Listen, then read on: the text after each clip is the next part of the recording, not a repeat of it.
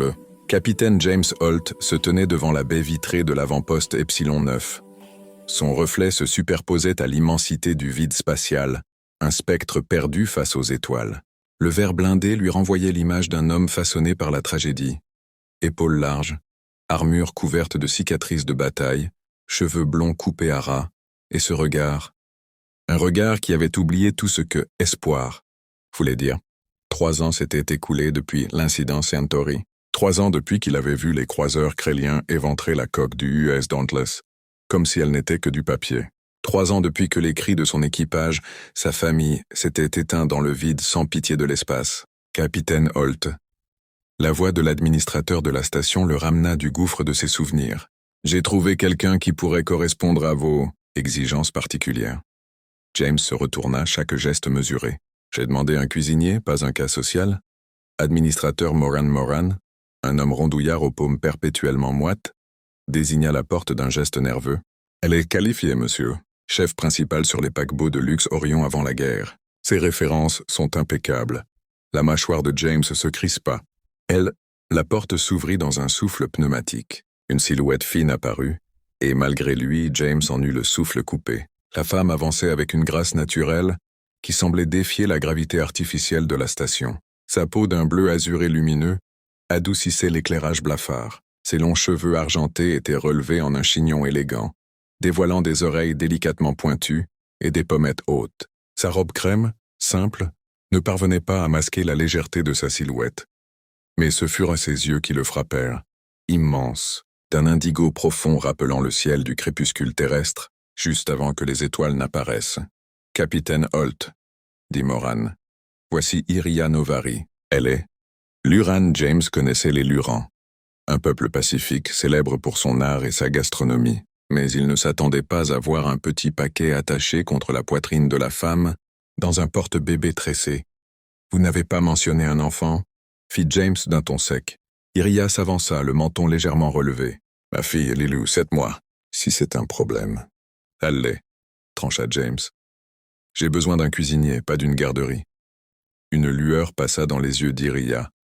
Non pas de la colère, mais une détermination tranquille, étrangement familière. « Ma fille m'accompagne partout. Je vous assure qu'elle ne gênera en rien mes fonctions. » Le bébé remua, de minuscules points bleus émergeant du tissu alors qu'elle bâillait, et quand ses yeux s'ouvrirent, James sentit un choc inattendu. Ils étaient vastes sur ce petit visage, du même indigo que ceux de sa mère, constellés de paillettes d'argent qui captaient la lumière comme des étoiles lointaines. Ses yeux se fixèrent sur lui intenses, sans peur, emplis d'une curiosité pure. « Je suis une excellente cuisinière, capitaine, » reprit Iria, ignorant l'échange silencieux entre l'enfant et le soldat endurci. « Je sais adapter mes recettes à toutes les physiologies. Les humains ont des besoins précis et... engagés, » coupa James presque malgré lui. Moran cligna des yeux. « Pardon ? Elle est... » James n'aurait su expliquer cette décision soudaine. Peut-être parce qu'aucun autre candidat ne voulait venir dans cet avant-poste perdu. Peut-être à cause de l'assurance calme d'Iria. Ou peut-être à cause de ses yeux d'enfant qui avaient franchi ses défenses en un battement de cils. « La navette part dans 30 minutes. Soyez à bord avec le nécessaire. » Iria hocha la tête, un léger sourire effleurant ses lèvres. « Merci, capitaine. Vous ne le regretterez pas, mais James savait déjà que si probablement. 500 mots. Commande next pour la partie 2. Partie 2. Traduction et adaptation. Heures plus tard, la navette se détachait de la station dans un grondement doux. James assis face à Iria, jeta un regard furtif vers le porte-bébé. La petite main bleue de Lilou s'était échappée de l'étoffe et reposait sur la poitrine de sa mère, doigts écartés comme une minuscule étoile de mer. « Elle est très calme, » murmura-t-il. La voix un peu rouillée. Iria leva les yeux de la tablette qu'elle consultait. Elle l'a toujours été, même pendant l'évacuation d'Aluris Prime. Une ombre passa sur son visage. Les enfants s'adaptent vite, parfois plus vite que les adultes. James reconnut ce regard, celui de quelqu'un qui portait un deuil encore brûlant. « Votre mari ?» demanda-t-il doucement. Talon, chercheur en botanique. Quand les Kréliens ont bombardé notre colonie, il est resté pour sauver ces spécimens. Des plantes médicinales rares, capables de soigner des millions de gens. Il n'a pas survécu, mais grâce à lui, des milliers de réfugiés ont échappé à une épidémie le mois suivant. Sa voix resta posée, mais ses doigts caressaient tendrement la tête de sa fille. James hocha lentement la tête. Il comprenait trop bien ce que signifiait survivre, alors que d'autres ne le pouvaient pas. Il détourna le regard vers le hublot. Les étoiles filaient en traînées lumineuses. « Mon avant-poste est petit », dit-il après un silence. « Ancienne base minière reconvertie. Pas vraiment conçue pour une famille. »« Nous n'avons pas besoin de grand-chose », répondit Iria. « Juste un endroit propre pour cuisiner. Et un coin pour dormir. Il y a un débarras à côté de la cuisine. Je peux y faire installer un lit pliant. Ce sera parfait. Merci, capitaine. » Le signal de navigation retentit, annonçant leur arrivée. James se leva pour rejoindre le poste de pilotage, mais, en se retournant, croisa une nouvelle fois le regard de Lilu. Ses yeux d'indigo parsemés d'éclats d'argent semblaient suivre chacun de ses gestes. Pendant une seconde, il eut l'impression insensée que ce regard perçait son armure, ses cicatrices, et atteignait l'homme brisé qu'il avait cessé d'être. Il secoua la tête. Ridicule. Ce n'était qu'un bébé, et lui, le capitaine James Holt, seul survivant du massacre du Dauntless, un homme qui avait enterré toute attache, tout sentiment avec son équipage, et pourtant, quand la navette s'arrima dans un chuintement métallique, il sut qu'un fil invisible venait de se tendre dans sa vie. James se redressa d'un bond, trempé de sueur froide. Le cauchemar, le même encore et encore. L'éclair des armes à énergie crélienne, les hurlements. Le silence écrasant qui suivait. Son souffle était saccadé. Lumière, 30%, ordonna-t-il. La chambre s'éclaira faiblement, révélant un mobilier strict, fonctionnel, sans la moindre touche personnelle. Le chronomètre affichait 0h47, une autre nuit sans sommeil. Il se passa les mains sur le visage. Le médecin de la station lui avait proposé des somnifères, des années plus tôt. James avait refusé. Les cauchemars étaient sa punition. Un rappel de son échec. Un son léger venu du couloir le fit se tendre. Ce n'était ni le ronronnement habituel des systèmes de la station, ni le claquement d'un régulateur thermique. C'était du chant. Une mélodie douce, presque irréelle, à peine audible à travers la porte. La curiosité l'emporta sur l'instinct de prudence. Il enfila un simple t-shirt noir, sortit pieds nus dans le couloir. La porte s'ouvrit sans bruit. La berceuse se fit plus claire, une langue inconnue que son traducteur universel n'arrivait pas à saisir. Il suivit la voie jusqu'à la cuisine, d'où filtrait une lueur tamisée. À l'intérieur, Iria marchait lentement d'un pas rythmé, Lilu blotti contre son épaule. Les yeux de l'enfant, constellés d'éclats argentés, semblaient luire dans la pénombre tandis que sa mère chantait. James resta sur le seuil, incapable d'interrompre cette scène fragile. Mais Lilu sentit sa présence. Elle tourna la tête, le fixa, et lui offrit un sourire. Iria sursauta. « Capitaine, je suis désolé. Je ne voulais pas vous réveiller. »« Vous ne m'avez pas réveillé, mentit-il, s'appuyant contre l'encadrement. Je ne dormais pas. » Elle le dévisagea, attentive. Des cauchemars. La question le prit de court. Personne ne l'abordait jamais si directement. « Comment ? Savez-vous ? Les Lurans sont un peu empathiques, expliqua-t-elle. Pas télépathes, mais sensibles à la détresse émotionnelle. C'est ainsi qu'une mère sait ce dont son enfant a besoin avant même qu'il pleure. » James se sentit soudain vulnérable, mis à nu. « Et qu'est-ce qu'elle veut, elle ?» demanda-t-il en désignant le bébé. Iria regarda sa fille, surprise. « Rien, normalement. Elle dort très bien d'habitude. C'est étrange, elle semblait juste attirée par cette pièce. » Comme pour la contredire, Lilu agita les bras et tendit ses petites mains vers lui. James recula d'un pas, déstabilisé. « Elle veut que vous la preniez, » dit Iria aussi étonnée que lui. « Je ne prends pas les bébés, » répondit-il sèchement. Le sourire d'Iria eut un éclat de malice. « Vous avez essayé récemment ?» Avant qu'il ne trouve une réplique, Lilu poussa un petit couinement insistante. « Juste un moment, » souffla Iria. « Sinon, elle ne se rendormira pas, et nous non plus. » Contre toute logique, James avança maladroitement. Iria lui tendit le bébé avec précaution. Le poids était infime, un minuscule paquet chaud qui se blottit aussitôt contre sa poitrine. « Soutenez sa tête », murmura Iria, guidant sa main. À l'instant où ses doigts effleurèrent la nuque de l'enfant, quelque chose se produisit. La tension qui crispait ses épaules depuis 3 ans se relâcha. Les images du Dauntless s'estompèrent, et dans ce silence, il sentit pour la première fois depuis longtemps la paix, 500 mots, commande Next pour la partie 3. Partie 3, traduction et adaptation. C'est incroyable, murmura Iria, observant sa fille qui s'endormait déjà dans les bras de James. Elle ne s'endort jamais aussi vite, surtout avec un inconnu. James ne répondit pas tout de suite.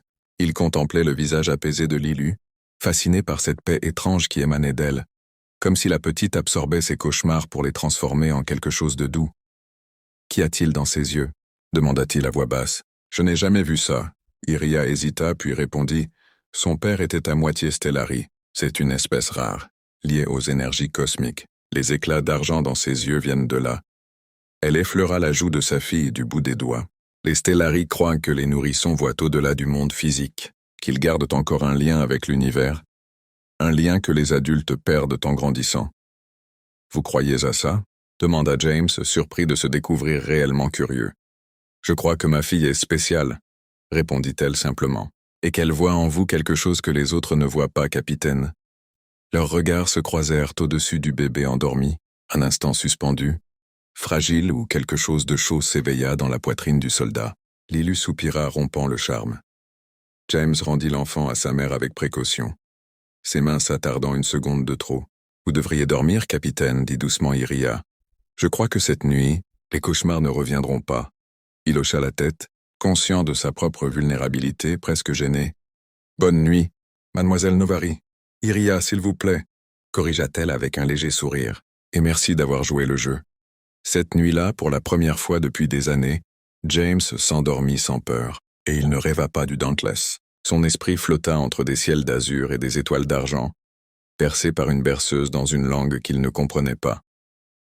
Les jours suivants, une routine improbable s'installa. Chaque nuit, quand le sommeil menaçait de le trahir, James se retrouvait, presque sans y penser, dans la cuisine, et comme par hasard, Iria s'y trouvait aussi, perçant une Lilu soi-disant agitée. Ils savaient tous deux que c'était faux, mais ces rencontres nocturnes étaient devenues leur secret tacite, une nécessité silencieuse. Ce soir-là, Iria préparait 2 tasses de boisson fumante quand il entra. Lilu jouait tranquillement dans un petit parc holographique improvisé. « C'est du Stell », expliqua Iria en lui tendant une tasse, une infusion qui apaise les esprits troublés. Leurs doigts se frôlèrent, une chaleur monta le long de son bras. Et ce n'était pas la boisson. « Vous supposez donc que mon esprit est troublé ?» lança James. Iria eut un sourire malicieux. « Capitaine, vous avez trouvé 7 excuses différentes cette semaine pour venir vérifier le sommeil de ma fille à 2 heures du matin.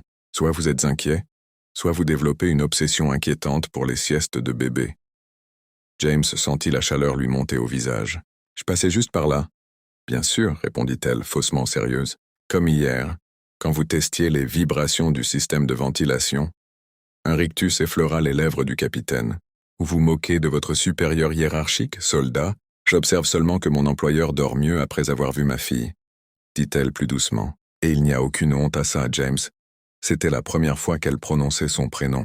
Le mot resta suspendu entre eux, chargé d'une intimité inattendue. James fixa la tasse, luttant contre des émotions qu'il croyait mortes. « J'étais le seul survivant. » lâcha-t-il enfin, presque sans s'en rendre compte. Le Dauntless était mon vaisseau. Ma responsabilité. Iria resta silencieuse, lui laissant l'espace de parler ou de se taire. J'étais dans le cœur énergétique quand les Kréliens ont attaqué. L'explosion m'a enfermé. J'ai tout entendu. Les cris, les ordres. Puis plus rien. 3 jours pour qu'on me dégage. Un petit bruit attira leur attention. Lilu, assise dans son parc, le regardait fixement avec ses yeux d'étoile, comme si elle comprenait tout. « La culpabilité du survivant », dit Iria doucement. « Chez nous, on appelle ça le fardeau de la dernière lumière. » James releva la tête. « Qu'est-ce que ça veut dire ? Quand une étoile explose, sa lumière continue de voyager pendant des siècles, bien après sa mort. Cette lumière porte la mémoire de ce qui a été, mais aussi la promesse de ce qui pourrait naître. Elle éclaire des mondes qu'elle n'a jamais connus. » Elle posa une main azurée sur son poignet. « Vous êtes cette lumière, James. » Ce simple contact le ramena à la réalité, l'empêchant de sombrer. « Et votre mari ? Vous ressentez la même chose ?» Iria eut un bref sourire triste. « Chaque jour, Talon m'est resté pour sauver d'autres vies. Parfois je me demande si j'aurais dû rester avec lui. Alors Lilu serait seule, » répliqua James, la voix plus dure qu'il ne l'aurait voulu. « Oui, » admit-elle doucement, « et c'est ce qui me fait avancer. » Elle leva les yeux vers lui. « Et vous, James, qu'est-ce qui vous fait avancer ?» Il resta silencieux, Puis son regard glissa sur les traits délicats de son visage, la lueur argentée de ses cheveux, la force tranquille de son regard. « Je ne crois pas que je bougeais encore », murmura-t-il. « Pas avant. » Récemment. Lilu gazouilla gaiement, tendant les bras vers lui. Cette fois, il la prit sans hésiter. Et la paix revint douce totale. 500 mots. Commande Next pour la partie 4. Partie 4. Traduction et adaptation. Elle aime votre barbe, remarqua Iria, amusée, en observant la petite main bleue qui caressait le menton du capitaine. Les hommes lurants n'en ont pas, ajouta-t-elle presque rêveuse. Je devrais me raser alors? Demanda James un peu gêné. Non, répondit-elle trop vite. Un léger voile pourpre colora ses joues azurées. Je veux dire, c'est bien pour elle, pour stimuler les sens, découvrir de nouvelles textures, tout ça. James esquissa un sourire. Un vrai, le premier depuis des années. C'est la seule raison? Iria détourna le regard, troublée. Votre franchise humaine est rafraîchissante, dit-elle, sans répondre vraiment. James fit un pas vers elle. Il pouvait sentir la douce odeur florale qui émanait de sa peau. Et elle leva les yeux vers lui, leur visage si proche qu'il sentit son souffle. Et je trouve vos traits humains fascinants, capitaine, la barbe comprise. L'air entre eux se chargea d'électricité. Lilu, blotti entre eux, posa une main sur chaque visage, comme pour les rapprocher. Une petite entremetteuse, murmura James, la voix rauque. Elle voit les liens, souffla Iria. C'est son héritage Stellari. Il n'était de plus qu'à quelques centimètres. Le cœur de James battait si fort qu'il crut l'entendre résonner dans le silence de la cuisine. Iria, commença-t-il. Mais la voix métallique du système de communication brisa le moment. Transmission prioritaire d'Earth Command. Capitaine Holt requis immédiatement en salle de communication. James ferma brièvement les yeux, partagé entre frustration et devoir. « Je dois y aller. » Iria hocha la tête, reprenant Lilu dans ses bras. « Bien sûr. » Puis elle attrapa sa main au moment où il se tournait pour partir. « Nous serons là quand vous aurez terminé. » La promesse dans sa voix l'accompagna jusqu'à la salle des communications. L'écran principal s'alluma, révélant le visage austère de l'amiral Parker. « Capitaine Holt, un vaisseau de reconnaissance krélien a été détecté à la frontière de votre secteur. Il collecte des données sur les avant-postes isolés. » James sentit son sang se glacer. « Les Kréliens? Vous êtes certain? » « Absolument. Leur signature énergétique est formelle. C'est la première activité confirmée depuis l'incident Centauri. Nous avons besoin d'informations. Restez discrets et surveillez leurs mouvements. Engagez le combat uniquement si nécessaire. Compris, amiral. Mais je n'ai qu'une défense minimale et aucun renfort. Le UES Valiant est en route, mais il arrivera dans 3 jours. James hocha la tête. 3 jours. 3 jours à tenir. Capitaine. Reprit Parker, adoucissant légèrement le ton. Je sais ce que cela représente pour vous. Si vous souhaitez être relevé... Non, coupa James. Je gère. Quand la communication prit fin, il resta un moment immobile. Les Kréliens, les mêmes qui avaient détruit le Dauntless. Et cette fois, ils étaient tout près d'Iria et de Lilu. Il activa aussitôt les protocoles d'alerte, verrouilla les accès, puis se rendit à la cuisine. Iria s'y trouvait encore, berçant doucement sa fille endormie. « Qu'est-ce qui se passe ?» demanda-t-elle, devinant son expression. « Un éclaireur krélien dans le secteur. Je dois sécuriser la station. » Le visage d'Iria pâlit, sa peau virant à un bleu plus clair. « Les Kréliens, ce sont eux qui ont détruit notre colonie. Ce sont eux qui ont tué Talon. » James posa une main ferme sur son épaule. « Je ne laisserai rien leur arriver, ni à toi, ni à ta fille. » Elle leva vers lui ses yeux indigos, brillants d'émotion. « Je le sais. C'est ce qu'elle a vu en vous dès le premier instant. » Sans réfléchir, il se pencha et l'embrassa. Un baiser d'abord hésitant, puis plus profond, vibrant de tout ce qu'il n'avait pas osé dire. Ses lèvres avaient un goût sucré, presque familier, comme un souvenir d'été lointain. Quand ils se séparèrent, Lilu remua, sans se réveiller. « J'en avais envie depuis que vous êtes sortis de la navette », avoua James à voix basse. Le sourire d'Iria illumina son visage. « Et moi, depuis que je vous ai vu foudroyer du regard l'administrateur Moran. » Malgré la gravité du moment, il éclata d'un rire bref. « Je ne fronce pas les sourcils si souvent que ça. Plus maintenant, » admit-elle, caressant sa joue. « Vous souriez même, parfois. » L'alarme de la station retentit soudain. Alerte. Vaisseau inconnu dans la zone de détection externe. James retrouva instantanément son ton de commandement. « Prends Lilu et va dans tes quartiers. Il y a un abri d'urgence dissimulé derrière la réserve. Si tu entends l'alarme d'évacuation, tu t'y enfermes et tu n'en bouges pas. Iria acquiesça, les traits tendus mais résolus. « Et vous ?»« Mon travail, » répondit-il simplement. « Protéger ce qui est à moi. » Ces mots restèrent suspendus, lourds de sens. Il déposa un baiser sur le front de Lilu, un autre sur les lèvres d'Iria. « Fais attention à toi. »« Toujours, » répondit-elle dans un souffle. Puis elle disparut dans le couloir, l'enfant serré contre elle. James, lui, prit la direction du centre de commandement, chaque pas chargé de la certitude glacée qu'il se battrait jusqu'à la mort pour elle. 500 mots. Fin de la partie 4/4. Souhaitez-vous que je continue avec la partie 5 pour conclure la fin du récit ?